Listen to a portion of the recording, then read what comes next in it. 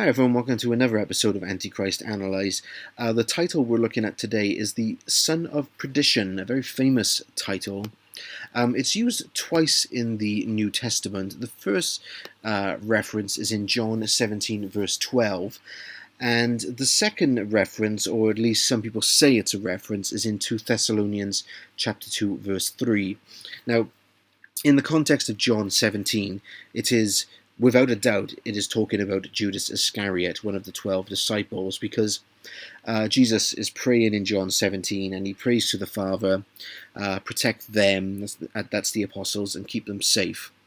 Let nothing happen to them, except the one who was lost, the son of perdition, that is, the one already in a damned state. So that is referring to Judas Iscariot. Now, people seem to have wanted to borrow that title and apply it to the Antichrist, because the term, first of all, son of perdition, does mean doomed for destruction or utter destruction. And they say that the man of sin in 2 Thessalonians chapter 2 uses that phrase. Now, what's interesting about it, I've looked at a lot of translations, and it just says the man of sin, the lawless one, who is doomed for destruction. Now, please notice there, it doesn't actually say the son of perdition in that passage. It just says the man who is doomed to destruction. So it doesn't actually call him the son of perdition. But also, you'd have to look back to my other videos about the man of sin, because we've talked about it could very well be that the man of sin, because the text says the spirit of lawlessness, which is already at work.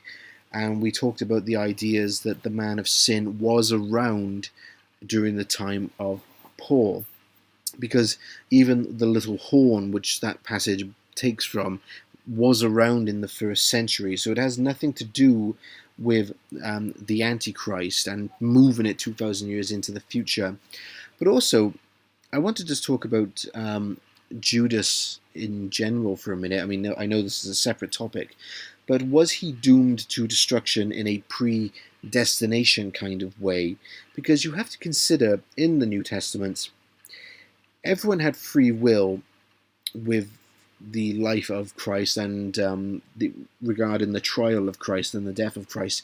Everyone had free will, but yet God still had a master plan in mind. So, we'd have to ask the question, well, someone would have had to have betrayed Jesus anyway in order for all that to come about. So I'm just wondering, did God use the free will of Judas, and that's how the great plan came about, in the exact same way he used the free will of Herod, who decided to put him to death? All this works out like a perfect timetable because God knows the future, and even though God has a plan, all this came about in the perfect way. So Jesus was only doomed to destruction because of his own choice, his own free will. But I do think he could have been forgiven, because if only he had waited 3 days, I think that's the saddest thing with this story. He could have been forgiven because he wasn't the only one who betrayed Christ that night. Peter denied him.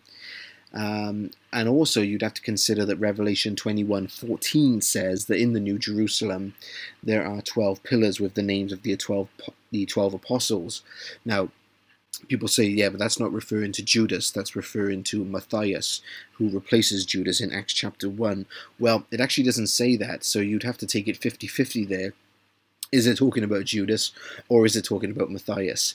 So I certainly think son of perdition doesn't qualify with our understanding of the Antichrist. It has nothing to do with the Antichrist. And also, the son of perdition in Judas's case also does not match the characteristics of the so-called Antichrist person as well. And also, Judas acknowledged his sin and was sorry for what he did. He threw the money back at the high priest. So, we wouldn't see the Antichrist doing that. So, again, the son of perdition has nothing to do with it.